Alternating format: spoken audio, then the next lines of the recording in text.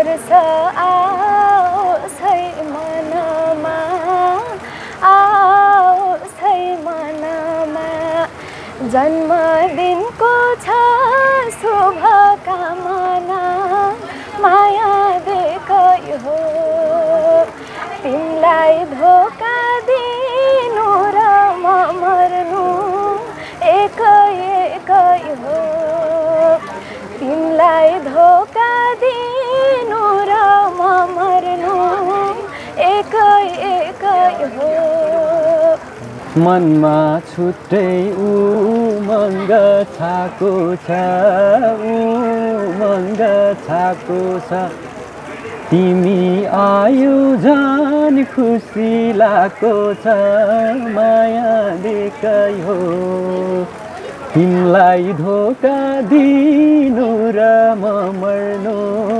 एकै एकै हो तिमीलाई धोका दिनु र म मर्नु एकै एकै हो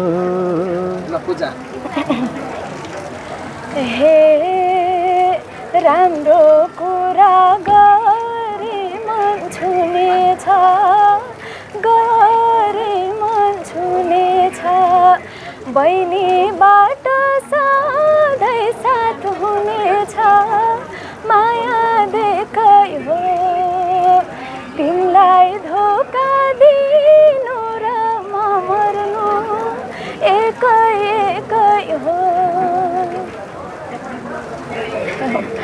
हे छुटिने दिन नआओस् कहिले नि नआओस् कहिले नि यस्तै माया रहिरहोस् जहिले नि माया देखाइ हो तिमीलाई धोका दिनु र म मर्नु एकै एकै हो तिमीलाई धोका दिनु र म मर्नु एकै एकै हो एकदमै राम्रो गाउनु भयो अब तपाईँहरू दाजुबहिनीको यो सम्बन्ध होइन सधैँ कायम रहिरहोस् तपाईहरू दुवैजना गीत साङ्गीतिक क्षेत्रको यात्रामा निरन्तर अगाडि बढिरहेको हामीले देख्न पाऊँ सधैँ सफल होइन सधैँ प्रगति जुन प्रशंसाले भरिएको जीवन तपाईँहरूको रहिरहोस् भन्दै अब आगामी दिनमा सफलताको शुभकामना अब किसान भाइ दोरीमा केही समयपछि अब के छ ब्याक हुनुहुन्छ नि अब कसैले दोरी गाउन बोलायो भने किसान आउने कि नआउने आउने नि किन नआउने आइहाल्छु मैले आफ्नै उद्यम गीतहरू पनि अब निकाल्ने तयारीमा छु भनौँ न अब कहिलेदेखिबाट फ्री हो तपाईँ अब 2-3 महिना चाहिँ लाग्छ होला किनकि अब 2-3 महिना अझै दिन्छु म अहिले पढिरहेको पनि छु 2-3 महिनापछि गीत साङ्गीतिक क्षेत्रमा तपाईँ आउँदै हुनुहुन्छ ब्याक हुँदै हुनुहुन्छ दर्शक श्रोताको हात छ किनभने उहाँहरूले मन पराइदिनु होला सहयोग गरिदिनु होला होइन सपोर्ट गरिदिनु होला पहिलाको किसान र अहिलेको किसानमा केही फरक नहोस् होइन पूजा तपाईँ त अब गीत साङ्गीतिक क्षेत्रमै हुनुहुन्छ दोरी पनि गाइराख्नु भएको छ तर पहिलाको जस्तो छैन होइन पहिलाको जस्तै हुँदै पहिलाको जस्तै गाइरहेको छु गीतहरू पनि गाइरहेको छु पहिलाको जस्तो छैन भनिन्छ नि त पूजा अब नहेरेर हो कुनै समय दोरीमा हुनुहुन्थ्यो एकदमै ब्याक टु ब्याक गीतहरू पनि देखिन्थ्यो अब अहिले भ्युज कम भएको कारणले गर्दा नै अहिले गीत साङ्गीतिक क्षेत्र चाहिँ डामाडोल छ पनि भनिन्छ क्या हो त्यो पनि हो अब सधैँ एकै नाच त हुँदैन तर पनि त्यही गरिरहेको छु भनौँ न कामहरू राम्रै भइरहेछ हस् हुन्छ धन्यवाद दुवैजनालाई के भन्न चाहनुहुन्छ किसान के एकदमै सबैलाई एकदम धेरै माया छ सबैले माया गरिदिनु होला हामीहरूलाई होइन अब दाइहरू पनि यस्तो होइन अब यस्तो यो मेरो एउटा यो जन्मदिनमा एकदमै मैले कल गर्ने बित्तिकै आउनुभयो कलेजीको टुक्रा हो तिमी त टुक्रा हो तिमी त नहोस् है हाम्रो साथ 2 दिनलाई सीमित तिम्रै लागि मर्न बाँकी छ मर्नुभन्दा पहिले तिमीलाई सानो धेरै माया गर्न बाँकी छ मर्नुभन्दा पहिले तिमीलाई सानो धेरै माया गर्न बाँकी छ। तपाईँको आवाज त त्यति धेरै परिवर्तन जस्तो लागेन नि किसान। छैन मेरो छैन, अलि यसलाई चाहिँ अलि रियाज गर्नुपर्ने छ। अब क्लासहरूतिर पनि अलि गइरहेकै छु भनौँ न। पूजामा चाहिँ के छ, भोइसमा केही परिवर्तन आएछ सानो र पहिला र अहिलेमा? अब मलाई दर्शकले त पहिलाको पनि राम्रो मानिदिनुहुन्थ्यो। सानी बेलामा आएको चाहिँ त्यो कहिले पनि बिर्सिनु सकिन्न क्या पूजा। हजुर हजुर, त्यो त्यति बेलाको स्वर र अहिलेमा त अब अलिअलि फरक त आइहाल्छ, तर अब त्यस्तो धेरै बिग्रेन भनौँ न, बिग्रेन, तर परिवर्तन त आउँदो रहेछ। परिवर्तन आउँदो रहेछ है। परिवर्तनसँगै आफू चल्न सकेन भने गीत साङ्गीतिक क्षेत्रमा अगाडि बढ्न सकिन्न, त्यसको चाहिँ दिन गए पनि भन्दा रहेछन् क्या।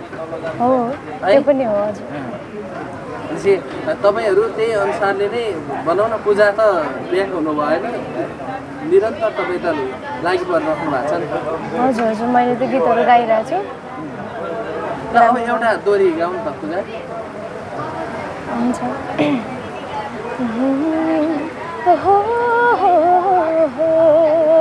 म भन्दा नि राम्रीलाई हेर्छौ कि उमेर पुग्दा तिमीले मन फेर्छौ कि चोली मैलै भो, मैले तिमीलाई नभन्या मात्रै हो मन पर्या पहिल्यै हो, हे मैले तिमीलाई नभन्या मात्रै हो मन पर्या पहिल्यै हो।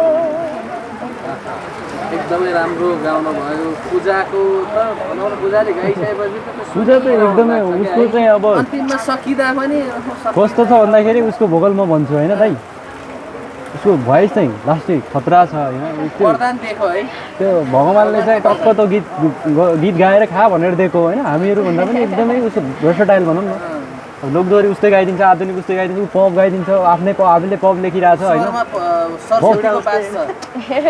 त्यस्तै छ। अब गीत चाहिँ सुनेर भन्दा पनि गायो भने त म त मेरो कानले त त्यही हुन्छ, 100% हुन्छ। अरूकोमा चाहिँ अलि तल हुन्छ, तलमाथि हुन्छ होला, त्यस्तो छ कि उसको भोकल चाहिँ। दुई टुक्का के छ, दोहोरी गाउन सकिन्छ अहिले?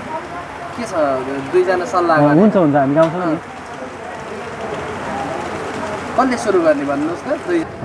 र त्यसै गरी तपाईँहरूको अब धेरै थोरै जो दर्शक सामु चिनिनु भएको छ, साथ सपोर्ट गर्नुभएको छ, त्यसमै खुसी हुनुहुन्छ नि है? एकदमै किसान सिजन पहिलादेखि नै भन्नुहुन्छ, एकदमै खुसी लाग्छ। अब धेरैले माया गर्नुहुन्छ, मैले अघि भनिसकेँ, बुढाबुढीले अझ माया गर्नुहुन्छ। अब त्यो भएर अनि अब सबैले एकदमै धेरै माया गर्नुहुन्छ, त्यो एकदम खुसी लाग्छ दाइ होइन। अब सबैले माया गर्नुहुन्छ, अहिलेसम्म चाहिँ माया नै माया छ भनौँ न। माया नै माया भएर अब त्यस्तो हुन्छ नि, अब बस्न पाइरहेछ होइन। सबैको मायाले गर्दाखेरि यताउति जता गए पनि अहिले त मतलब छैन होइन। जता पनि अब मानिस तपाईँको सफलताको श्रेय चाहिँ कसलाई दिनुहुन्छ?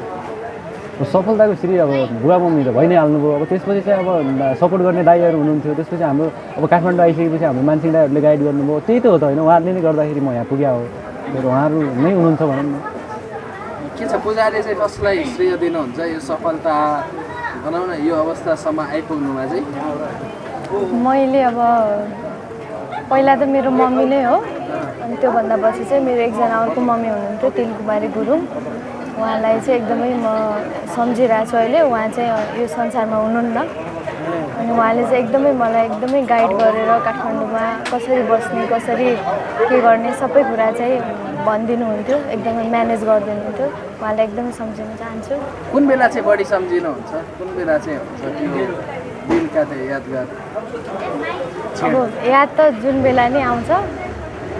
अब हुन्छ नि त, मैले अब कुनै सफलता मिल्दा, कुनै काम गर्दाखेरि होइन, त्यो कुरा चाहिँ जुन पुगेको त्यो दिन, त्यो खुसीमा चाहिँ हुन्छ नि त। हजुर हजुर, कुनै गीतहरू त्यस्तो केही? उहाँको चाहिँ अब मलाई धेरै गीतहरू गाएको हेर्ने चाहना थियो, अनि त्यो चाहिँ पुरा गर्न सकेँ भनौँ न। एकदमै तपाईँलाई आफूलाई खुसी लागेको र एकदमै चलेको गीत, र अब चाहिँ म सफलताको नजिक छु है भन्ने त्यो मनमा लागेको कुनै गीत छ पूजा? अब त्यस्तो गीतहरू त धेरै छन्, धेरै छन् गीतहरू त्यस्तो। किसानलाई के छ, अब सफलताको मुखमा पुगे? छैन दाइ, एकदमै। मैले त म त अब झन् 1-1.5 वर्षदेखि त्यो अलि ब्याक भएँ, किनकि मेरो पढाइ भयो, 11-12मा पढ्नुपर्ने भयो। त्यो पढाइको तनाव एकातिर भयो, अनि यतातिरको तनाव पनि भयो। अनि त्योभन्दा पछाडि म ब्याक भएँ, म लाइफझरीबाट अलि एक समयमा चाहिँ एकदम है थिएन क्या नभए थियो कुनै समय कुनै समय चाहिँ मैले आफ्नै कारणले गर्दाखेरि पनि कसैले बोलायो भने पनि गइनँ, किनकि पढाइको प्रेसर थियो। त्यो भएर पनि भयो। अनि अहिले पनि म अब धेरै भयो, अब धेरैले भन्नुहुन्छ किन गीत आउँदैन होइन राई होइन, त्यो भएर चाहिँ अब केही समयपछि कमब्याक हुन्छु म अब होइन। अहिले सिकिरहेको छु, सबै कुराहरू लेखिरहेको छु, गीतहरू पनि टन्नै छ, अब बिस्तारै गर्नु। स्वरमा परिवर्तन आउँछ भन्छन् क्या सानो बच्चाको बेला र एकदम। अनि त्यसमा चाहिँ तपाईँलाई त्यो अलिक अप्ठ्यारो हुने भनौँ न त, ग्याप भइसकेपछि चाहिँ त्यो पहिलाकै अवस्थामा फर्किन चाहिँ गाह्रो हुन्छ भन्छ कि है। धेरै गाह्रो भयो नि अब। स्वरमा परिवर्तन आयो? परिवर्तन मेरो आयो। पहिला चाहिँ अलि तिखो थियो, अनि पछि चाहिँ अब बिस्तारै अब बढ्दै जाँदाखेरि अलिक मोटो हुँदै गयो। अहिले चाहिँ मेरो ठ्याक्कै परिवर्तन भयो। अब मैले यो भोकललाई चाहिँ अलि रियाज गरेर गाइदिनुहोस् न। ल पूजा कुन गाउने होला? कुन गाउँ? पूजालाई छुट्टै सोध्छु म। ल अझै गाउने एउटा कुन गाउँ? त्यही ठ्याक्कै एउटा गाउँछु रोक्ने आधुनिक टाइपको, तर कुन गीत गाउँ भन्ने भयो यहाँ पूजा भनिदेऊ। धड्कन एउटै भन्ने गाउँ। त्यो त त्यही भइसक्यो दाइ, धेरै भइसक्यो। अर्को त्यसो भए कुन गीत होला त? खै मलाई नि याद हुन्न। एकछिन